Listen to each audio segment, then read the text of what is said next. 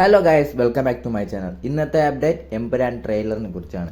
പൃഥ്വിരാജ് സുകുമാരൻ്റെ ഡയറക്ഷനിൽ മോഹൻലാൽ നായകനായി വരാനിരിക്കുന്ന മൂവിയാണ് എമ്പുരാൻ അഥവാ L2V. L2Vയുടെ ട്രെയിലർ അപ്ഡേറ്റും, അതായത് ട്രെയിലർ എന്നാണ് ഇറങ്ങുന്നതെന്നും അതിൻ്റെ ടൈമും ഇന്നലെ പറഞ്ഞിരുന്നതാണ്. ഇന്ന് മാർച്ച് 20 1:08 ഉച്ചയ്ക്കായിരുന്നു. എന്നാൽ ഇത് ഇന്ന് രാവിലെ പുലർച്ചെയോടെ 12:30-1 മണിക്കകത്താണ് സിനിമയുടെ ട്രെയിലർ റിലീസ് ചെയ്തിരിക്കുന്നത്.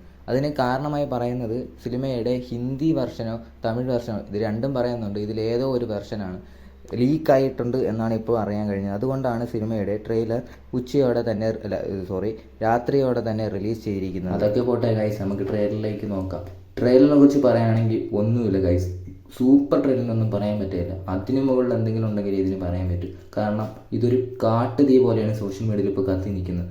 ഇതിൻ്റെ വിഷ്വൽ ട്രീറ്റ്സൊക്കെ എന്ന് പറഞ്ഞാൽ ജാതി സാധനം ഒരു ഫിലിം. ഇതാണ് രാജുവേട്ടൻ പറഞ്ഞ കൊച്ചു ഫിലിം. ഈ ഫിലിമിനെ കുറിച്ച് രാജുവേട്ടൻ ഇങ്ങനെ പറയുന്നത് എന്തിനായിരുന്നെന്നാണ് എന്തോ.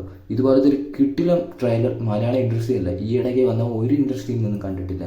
അത്രയ്ക്ക് കിടിലം ട്രെയിലർ. പ്രത്യേകിച്ച് ഇതിൻ്റെ രാജുവേട്ടനും മോഹൻലാൽ സാറും ഒരുമിച്ച് കോമ്പിനേഷൻ സീൻസ് ഒക്കെ ഗൂസ് ബംസ് ആയിരുന്നു. ഓരോ സീനും ഗൂസ് ബംസ്. ഇതുപോലത്തെ ഒരു ട്രെയിലർ വാഹ്.